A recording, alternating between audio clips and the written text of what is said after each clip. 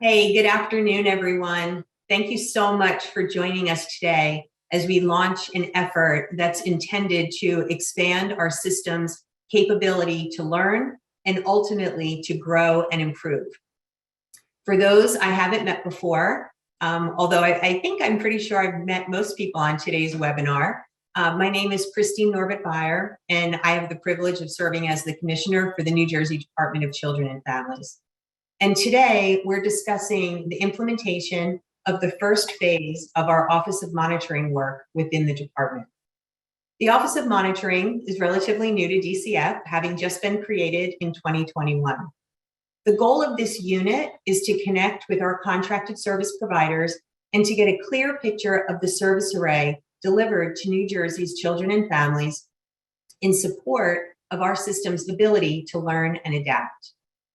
There may be something we figured out how to do really, really well in South Jersey, but they might be struggling with that same thing in North Jersey or vice versa. And yet too often we get caught up in the work and the best ideas are stuck in silos. We want to develop our ability to work as a system, not just as individual providers fulfilling the terms of a contract. When I think about the role of the Office of Monitoring, I put it in context within our strategic plan here at DCF. When we advanced our strategic plan in 2019, we developed certain overarching core approaches to the work of our department, and by extension, to the contracted partners engaged with our department. We're striving to be a collaborative system with partnerships and information sharing from traditional and non-traditional partners. From the department standpoint, we're used to working pretty collaboratively with social service-focused departments like Human Services or the Department of Health. But collaboration isn't and shouldn't always be about the easy partnerships. How are we engaging agencies that are tangentially connected to our work, like the Motor Vehicle Commission or the Department of Military and Veterans Affairs? Through the Office of Monitoring, we're hoping to get information about the partnerships you're forging to do your work so that we can assist other agencies that may be struggling with the problem you've already solved. One of our core approaches speaks to the advancement of evidence-based strategies to support children and families in New Jersey. Through the Office of Monitoring, we'd likely want to know what evidence-based models are you using in your work. As the federal government transitions funding streams to be more prevention-focused, having an accounting of evidence-based and evidence-supported programs operating in New Jersey can be very useful to allow us to leverage additional federal investment into our system. Ultimately, at the end of the day, I think that the Office of Monitoring speaks to the connected part of our vision for New Jersey, our vision that all residents are safe, healthy, and connected. Connections aren't just between the people we serve. We want our programs engaging with each other, sharing vital information that allows us to advance and promote the best initiatives, the best strategies, and the best that our system can deliver. I want you to look to the Office of Monitoring as a partner in this work. They're here to forge a systems approach to our work and ultimately to ensure the highest quality services for the people we serve. So with that, I'd like to go over today's agenda. During today's brief meeting, we will revisit with each of you. Number one, what is changing? Why? The second, the purpose of the department's new monitoring approach. The Office of Monitoring's 2022 development work. In particular, we want to define the office's role within the department and its collaboration across the divisions within DCF. We want to discuss the development of quality standards for service contracts. And we want to talk about the launching of the Wave 1 Workgroups and Data Subcommittee. Finally, we'll open it up to Q&A with the audience and the next steps for the start of this work. Most of what we cover today is information that can be found in a written concept paper which DCF distributed last summer and which is still available on the New Jersey DCF website. To start, let's briefly revisit why DCF has decided to launch this new monitoring practice. Last summer, DCF released a concept paper that outlined the department's vision of a new proactive monitoring approach for our work. The annual DCF budget is about $2 billion, and about half of that is funding for social service programs that operate under contract to the department and that are provided directly to the residents of New Jersey by your programs and agencies. I think all too often, when the public considers the work of DCF, they limit that vision just to the child protection services being performed by DCPMP. In reality, DCF is far more reaching. Through the children's system of care, we're working with children and youth who may be experiencing behavioral or emotional challenges, or maybe living and thriving with intellectual and developmental disabilities. Our Division of Family and Community Partnerships is focused on supports and services designed to prevent child maltreatment and the social determinants of health that can lead to child maltreatment. Through our Office of Adolescent Services, we're supporting transition-aged youth within our system to develop interdependence and life skills. For the department, monitoring and measuring the performance of the public service networks we manage is one of the many ways we advance our transformation and ensure high-quality service.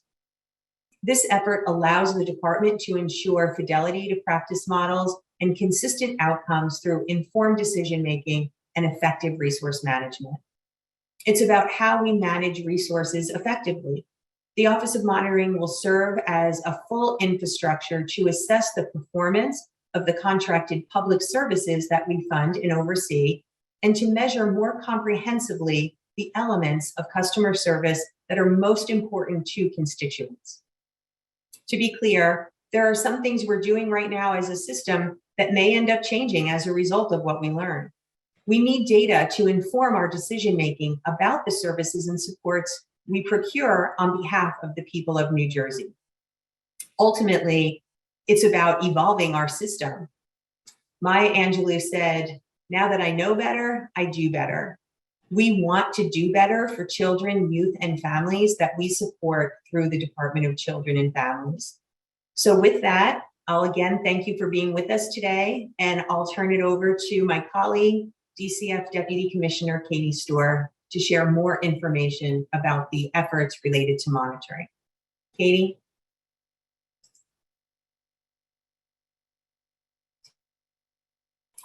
You're on mute. It was brilliant what I was saying, but thank you. So as Commissioner Beyer mentioned, almost half of DCF's public service network is privatized. We do a good deal of work directly with state staff, licensing, investigating abuse and neglect, operating the foster care system, our schools, but about half of our services are privatized. And while these private services are delivered by private entities, while the services are delivered by private entities, they are public services intended to provide support and intervention to New Jerseyans at some of the most difficult times in their lives. So we're moving on in here to look at how will we be overseeing these kinds of services. The methods that we currently use are displayed there on the left-hand side of the chart. So we've traditionally used things like counts of services provided. All of you report levels of service. And for some of programs, we can examine compliance of documentation or other processes. We use site visits. We might collect data for the purposes of research or evaluation. But the problem is we don't have a comprehensive system that reaches into every service contract that we have. So we have an inconsistent depth of monitoring. We have an inconsistent frequency of monitoring. In some cases, we have an inconsistent depth of service standards or expectations that are implied in monitoring but not referenced in a contract. We have inconsistent feedback loops in terms of that information between providers, the program leads, department leadership, and constituents. And we don't necessarily have valid standardized tools in use across all of the department when we're examining the quality of our service network. So all of that is problematic in that we don't have regular, routine, robust information about the performance of the service network as a whole. We have a good bit of information from the Commissioner's Listening Tour about what it's like for constituents to receive services from DCF, whether those services are delivered directly by our staff or whether they're delivered by providers operating on our behalf. We have additional information from previous years of needs assessments, the Federal Child and Family Services Review, and multiple other sources as well. In the spring of 2019, we shared this information with providers and other stakeholders during our regional forums, which many of you attended. We collected feedback from stakeholders at those forums and in other venues about the important dynamics that are contributing to the challenges identified throughout 2019 and 2020. In the fall of 2019, regional forums, we shared our intention to develop stronger monitoring practices for the department. The COVID-19 pandemic temporarily interrupted the development of DCF's work in this area as efforts to manage the emergency at hand took precedent. But as we emerge, we're now ready to take important steps forward. Go to the next slide.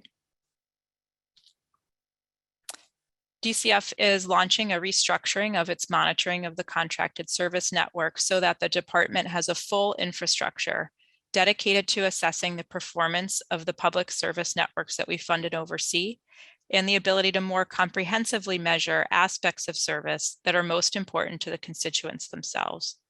The Office of Monitoring is here to ensure that there is consistent, well-designed, and proactive monitoring of the quality of services that are delivered via DCF's network of contracted providers to constituents throughout New Jersey.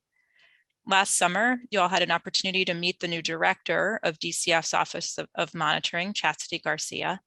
Chastity comes to DCF with over 25 years of experience in child welfare and over a decade of experience in building and overseeing service monitoring in New York City. So welcome, and I'll turn it over to Chastity. Thank you, and good afternoon, everyone. It's my pleasure to meet everyone again. So I'm going to pivot over to discussing the goals. And I just want to share that our goal is to share information gathered through monitoring to identify areas for improvement or change in the service network. We will do this by creating uniform quality standards across DCF contracted services. We will provide clear program models and program performance standards, sound participatory and transparent methods and tool, the creation and maintenance of consistent feedback loops, use of information gathered through monitoring activities to support program leads and CQI processes, and effective deployment of departmental resources. Next slide. The new monitoring practices will be standardized, transparent, incorporate priorities identified by service recipients, use reliable data and sound evaluation methods, and occur regularly. This restructuring will change the type of frequency and manner by which providers are monitored, and monitoring practices will be built over several years. The new monitoring practices will also include assessment of quality, referral, and constituent experience, adherence to service models, and examination of outcomes and services. Next slide. So to capture a wide range of perspectives, the Office of Monitoring's methodology will include client interviews, referring agency interviews, caseworker reviews, and provider site visits. Next slide. To facilitate DCF's internal launch of DCF's monitoring, we have clarified the roles and responsibilities of the divisions with which Office of Monitoring will collaborate most closely. This role clarity crosswalk illustrates the roles of each division and clarifies the scope of the Office of Monitoring. The Office of Monitoring will begin carrying out program monitoring activities and function independently of, but in partnership with, program offices, and will be responsible for developing and implementing monitoring protocols, methodologies, and overseeing the day-to-day work of the monitors. The program offices will maintain their current functions, such as managing the network of services, network community of practice, oversight of day-to-day management issues, managing the quality of the network, including the imposition of corrective actions and working to enhance or change program models and managing partnerships with other public services. The Office of Research, Evaluation, and Reporting will continue developing and maintaining data collection tools, advising on development of monitoring tools, conducting research and evaluation activities on priority programs, developing reporting methodology, scorecards, and dashboards, and facilitating communication and interpretation of findings through data briefs and data walks. The Office of Licensing and Office of Youth Residential Licensing will continue to license and regulate youth residential programs and children's partial care programs, as well as monitor licensed programs' overall compliance with the applicable regulations and standards, including site inspections. And the Office of Contract Administration will continue to work in collaboration with DCF program offices and the Office of Monitoring to administer third-party social service contracts between DCF and providers. The office will also continue to monitor providers' compliance with state and federal administration requirements and compliance with contractual requirements. Next slide. So at this time, I'm going to hand over the meeting to my colleague, Stacy Marshall, who is the Assistant Director for the Office of Monitoring. Thank you very much, Chastity. So through collaboration across the teams, DCF gathered input from its own stakeholders statewide to ensure that various perspectives were included in the development of the standards. There were 4 areas identified that speak to the availability, accessibility, acceptability, and the quality of the constituents' experience. Once the standards are approved internally, they will be posted for public comment, revised, and finalized. Next slide, please. The Office of Monitoring has developed a 9-month plan that began this month with the launching of workgroups and data subcommittees who are tasked with developing methodologies that we will pilot with the programs for Wave 1. The feedback used to identify the priorities for monitoring was informed by an internal rating activity that assessed the following criteria: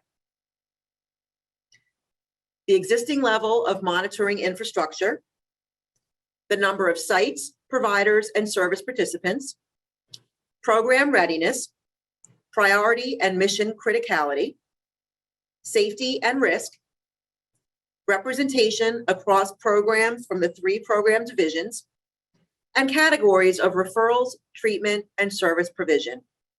Next slide, please. The 5 programs identified are the psychiatric community homes, care management organizations, intensive residential treatment, domestic violence direct services, and family preservation services. Next slide, please. The Wave 1 work groups are tasked with the following: to develop and operationalize the common and program-specific quality standards, to develop the monitoring methodology, to develop the monitoring tools, to identify the data elements and data collection methods, to design the feedback loops for Wave 1 implementation, and to support data analysis and reporting. At this time, I'll turn it back to Chastity. Thank you so much. Thank you, Stacy. So at this moment, we have concluded our presentation, and we would like to use the remaining time together to answer any questions you may have.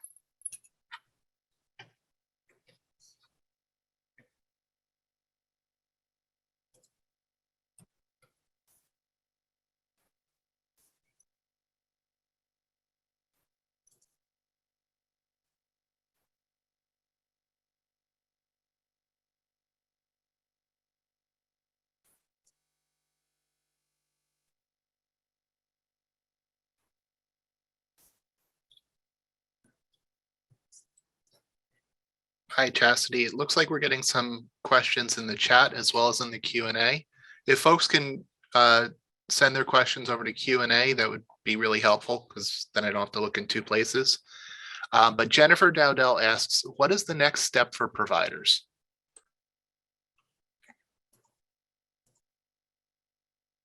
Let me Okay, I'm unmuted. So the next step for providers is you will receive outreach by the division leads from the Division on Women, the Family Partnership and Communities, as well as from the Children's System of Care. And we will talk together about having providers and become participants and join in on our working groups.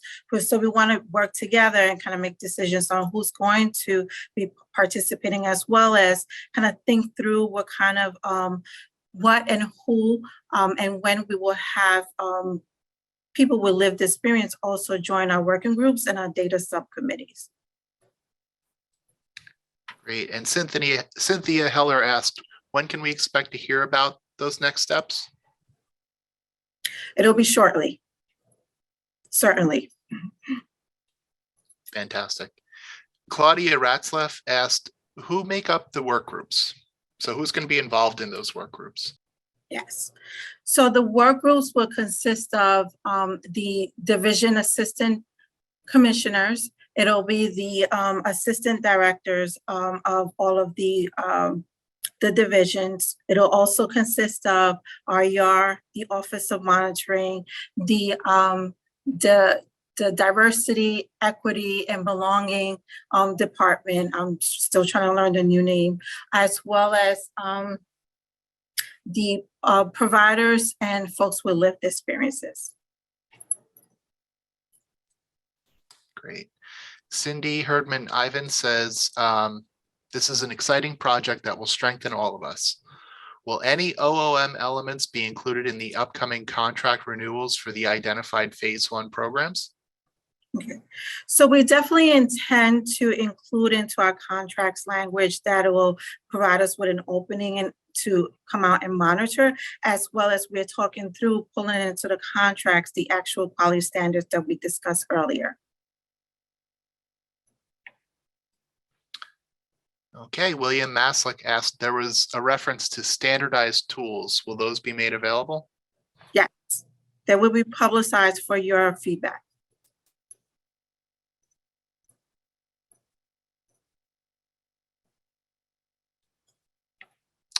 Will monitoring methodology and monitoring tools be universal, or will they be individualized for each program? So it all depends. Our intention is to bucket the tools because we have so many providers in New Jersey, and they will also be specific around model fidelity. Can I just flesh that out a little bit, Chastity? So there'll be, it won't be the exact same tool for every kind of service because services are different from each other. So a tool for FPS isn't going to look the same as a tool for a residential care program. But as Chastity alluded to, there might be service elements that are in common across programs. And so we would look to have some standardization of the things that everybody has in common. But each tool will be fit to the particular model.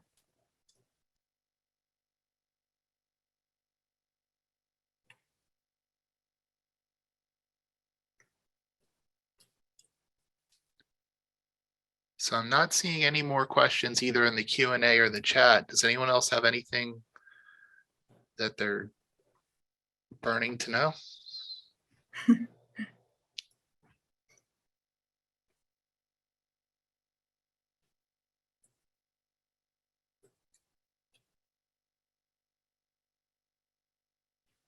Sounds good. Okay, well, I think if that's everything, folks, whoops, there's one more, 2 more questions, 3 more questions. Okay. Good job on last call, Jason, you're higher. Do you want to read out the next couple questions? Absolutely. So we have an anonymous question. This process sounds very aligned with the arduous accreditation process that we go through as providers. Is there any alignment with the accreditation process to avoid duplication? Yes. Yes, we're working on that currently right now, where we are actually looking at the accreditation and we're looking at their standardized tools and their measurements, and with this, our goal is to prevent duplication of the review. So yes. And how will better programs, better performing programs be identified? That's interesting. I think that we haven't addressed that yet, but it's something that we can definitely look at together during the working groups. And I'll say, I think in the end, the reviews will be scored, right, Chastity? So you'll be able to see, you know, if you're a provider, I'll just keep picking on FPS for a moment. You'll be able to see how your program performs in those domains compared to an average of all of the FPS programs. So it's not like we would give you like the ranked and names of who's where, but you would be able to see, oh, my program is above average on this particular element and maybe at average on this one and maybe below average on this other one. So that tells you where you're performing stronger than the network or below where the rest of the network is on a set of domains. Yep, that's correct. Thanks, Katie. And I think this ties in. There was a question about there being benchmarking. I think we kind of covered that already. But in addition to that, what are some specific measurable outcomes that DCF is looking for by implementing this process? Katie, if you could assist with this question. Yeah. That's really hard to answer in general and in the abstract, because as we said, each service is different, right? So my expectation would be in a first year when we're designing the tools and then using them for the first time, that gives us a baseline. We can see where everybody is performing and how it all looks. We'll also see there whether, you know, maybe one question in a review tool didn't actually work, you know, where we have to throw that measure out for some reason. So that's the first order of business, making sure the measurement practice worked and we can use the data that we got. And that gives us an opportunity to look together and say, are all the providers of a particular service struggling with something? And then we can have a conversation. Why? You know, why is that? Maybe there's some systemic barrier. I think I gave an example in a separate conversation a different day. When I was a service provider in New York City and I was being monitored, all of the programs of my particular service type, which at that time was family foster care, had very long lengths of stay. And particularly around adoption cases, it took us 3 years to get to termination of parental rights. That wasn't about provider performance. That was because there weren't enough judges on the bench in New York State at the time, and the dockets were too full. So having that data helped to everybody to understand, oh, it's not just me and it's not just you. There's some systemic issue that we need to have enough information to solve together.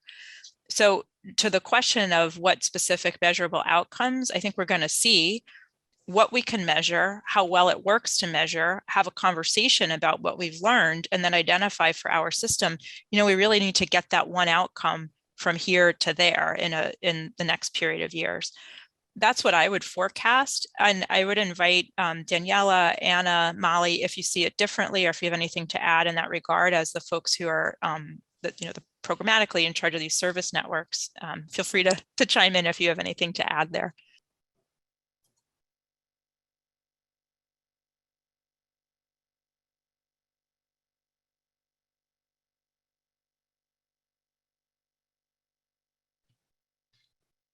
I think the only thing that I would want to add is just, you know, having been very close to the process that we've been working on for the last several months, from that first conversation around roles and responsibilities, that I think we've taken I think the department's taking a very thoughtful approach to ensuring that the way in which we proceed will not be redundant or duplicative of other processes that are already in place. And that, you know, and in particular, I was sort of expecting this question from one of our residential programs, but really also, you know, not just looking at accreditation, but licensing. And I think that the work groups are going to really provide an excellent opportunity for us to really work together to refine what these tools need to look like universally, but also really tailored to the particular service line that we're going to be engaged in monitoring.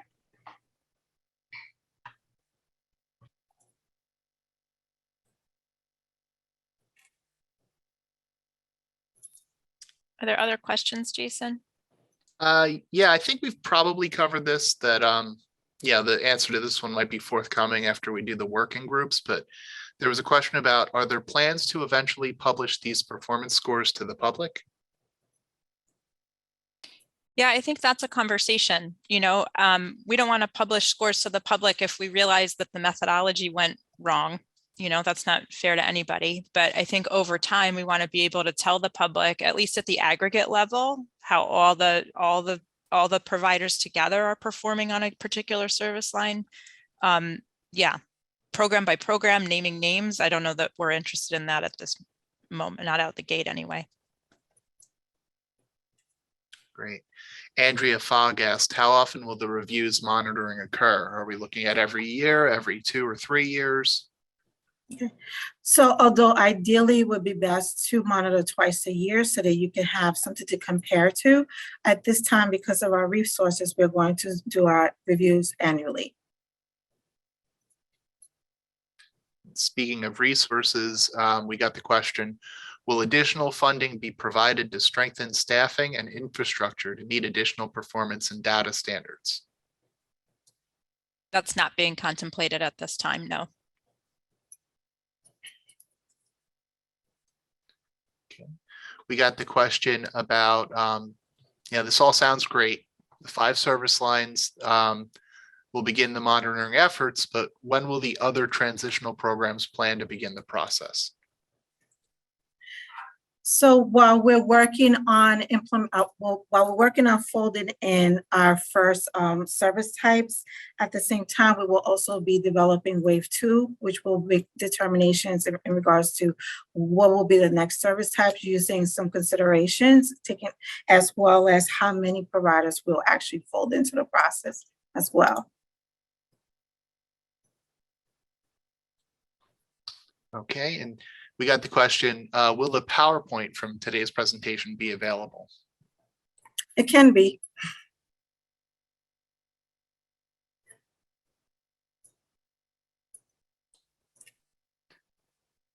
Okay, and this isn't as much a question, I think it's more of a statement, but William Maslick said that this sounds like HRO, High Reliability Organization, as promoted by JCAHO. Has that informed this at all? I don't know that we've looked at that framework specifically, but I think a lot of that kind of a framework, safety systems frameworks, there are various CQI models. They all have a lot that plan, I never get them in the right order. Plan, do, study, act, those are not in the right order. Any of those types of models have a lot of things in common with this: transparency, standard measures, sitting down with the data to digest what we've just seen and learn and extrapolate information about that, both at the narrow, what did I do on my shift if I'm a nurse in a hospital, as well as the broad, what is this nursing unit doing on the whole, as well as then the whole system. Well, it's not just nursing, it's nursing with pharmacy, with medicine, with surgery, with supply lines and all of that kind of stuff. So this does definitely set us up to do that kind of, not even so much the analysis, but the just looking at our service networks, not in isolation from each other, but in the way that they all relate across the different systems. So I agree. I think it has things in common with that, as well as many other approaches. Okay.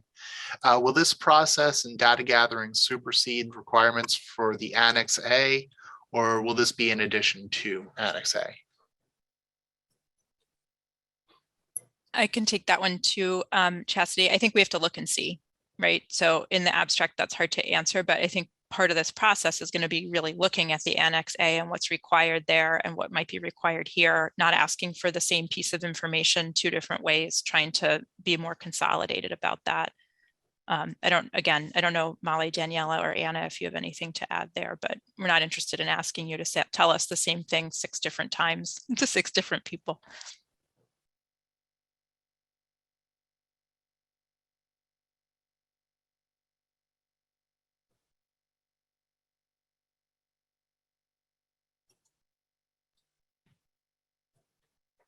Cindy Herdman Ivans asked, will this process delay upcoming renewals? It should not, no.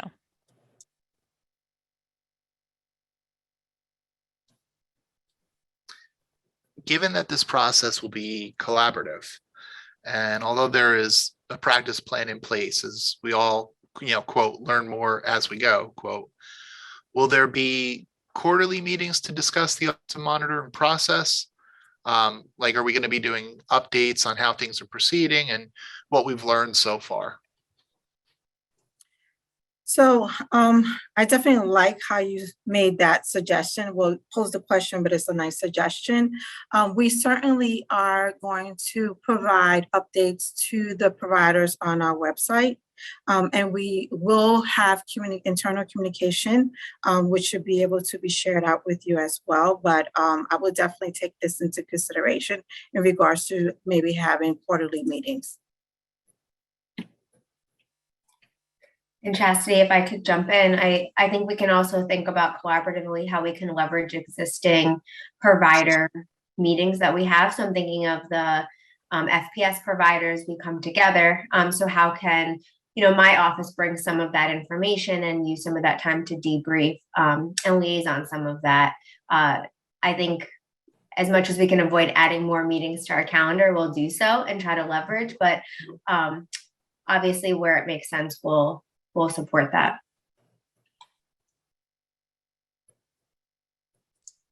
And we'll also have, we have our set of regional forums, and so we'll provide updates, pretty publicly to the whole system beyond those of you who are the providers who are part of this first wave regularly. But Daniela, I think that's a nice suggestion, trying to insert some information into naturally occurring forums versus taking up time in an additional space too. So you'll hear a lot is the bottom line, and we'll work out ways to do that. Will agencies be able to choose the program models, or will these be determined by the Office of Monitoring? If you're referencing what service and what models will be monitored next, the decisions will be made during our safety and performance meetings, where we'll have some considerations and we'll conduct the rating activities so that we can collectively make these decisions. And then if it's about the models for service provision, though, those are in your contracts. So that wouldn't be determined right by the Office of Monitoring. That would be for the respective programmatic divisions to be designing, or articulating in the contract.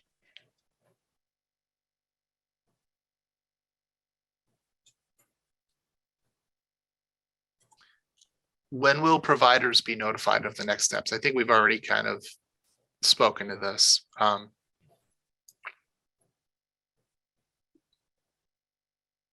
So Chastity reference, it'll be very soon.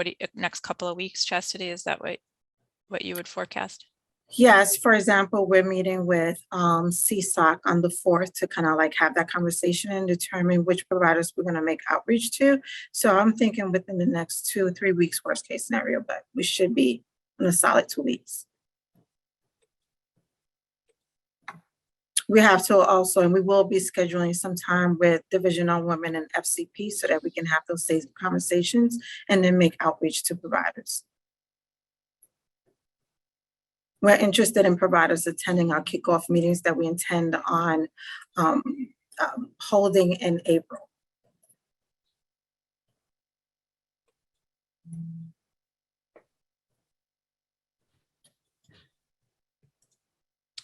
Okay, we got a question. Are you seeking provider volunteers who have these programs? So are we accepting monitoring programs on a volunteer basis? So I would love that, but currently we have the process that I just recently mentioned, where we have to take some considerations, and we also have to rate the programs that we're going to move forward with in the second wave. So, but I definitely love the idea and suggestions. Will the majority of monitoring be done via Zoom or in person? So we previously mentioned that the monitoring approaches will consist of client interviews, referring agency interviews, site visits, as well as case record reviews. The case record reviews could potentially be done online or in person. So far, Zoom monitoring efforts or approaches have not been decided. So these will be in person, more than likely. Is there any information that provider agencies can begin to prepare in anticipation of outreach from their program specialists? At this time, I cannot give you a definite answer because we have to work that out during the methodology and monitoring process. The only thing I would add there is if you haven't read the concept paper that's on our website, it would be good to do that.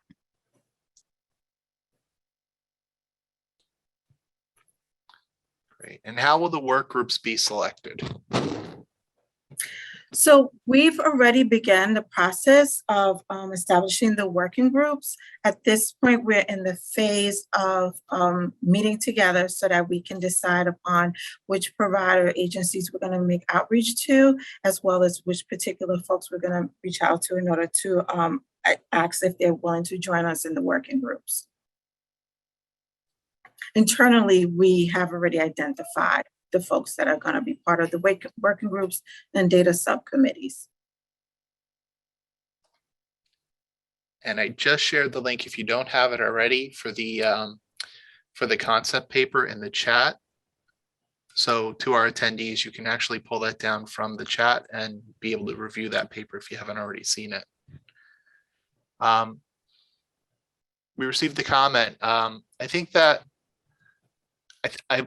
meetings would be better than just posting info, and engaging exchange would be appreciated. Agencies and partners of all sizes participate, and one agency may have suggestions, issues, challenges based on their size compared to others. Again, if transparency, engagement, and collaboration are focused, they feel that meetings would be the best for that. Yep, thank you.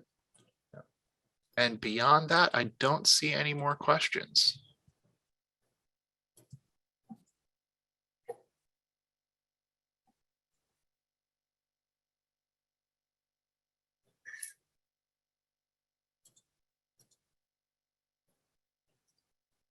Okay.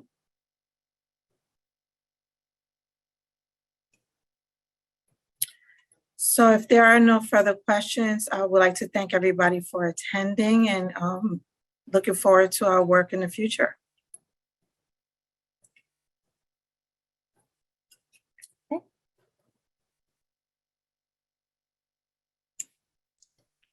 All right, thanks everybody. I think that's it for this conversation today. Thanks so much. Thanks, everyone.